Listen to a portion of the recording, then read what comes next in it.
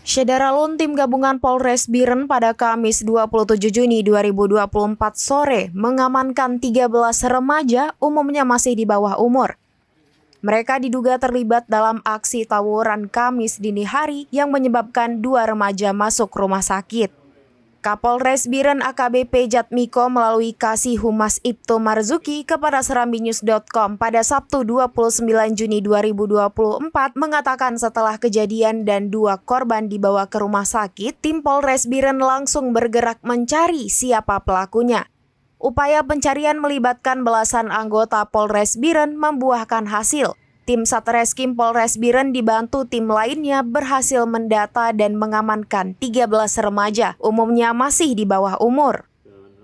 Mereka sebagian dijemput di rumah dan tempat lainnya. Selain itu didapatkan barang bukti berupa sejumlah senjata tajam termasuk celurit ikut diamankan ke Polres Biren. Dari hasil pemeriksaan dan penyelidikan, 12 remaja dikembalikan ke orang tua masing-masing dan 1 masih diamankan di Polres Biren. Sedangkan 1 orang berinisial MAF yang diamankan diduga terlibat dalam aksi penganiayaan. Selain itu ada 3 remaja lainnya yang sedang dicari. Para remaja 12 orang yang ikut dalam kelompok pesangan dan kelompok Biren dikembalikan ke orang tua dan wajib lapor, serta mereka juga wajib mondok di pesantren di Cottarom selama 2 minggu. Pembegalan, kami tegaskan di sini bahwasanya itu bukan pembegalan, tapi semacam perkelahian atau tawuran antar 2 kelompok remaja yang hasil penyidikan terdapat kelompok dari Pesangan dan kelompok dari Biren, Kota Biren.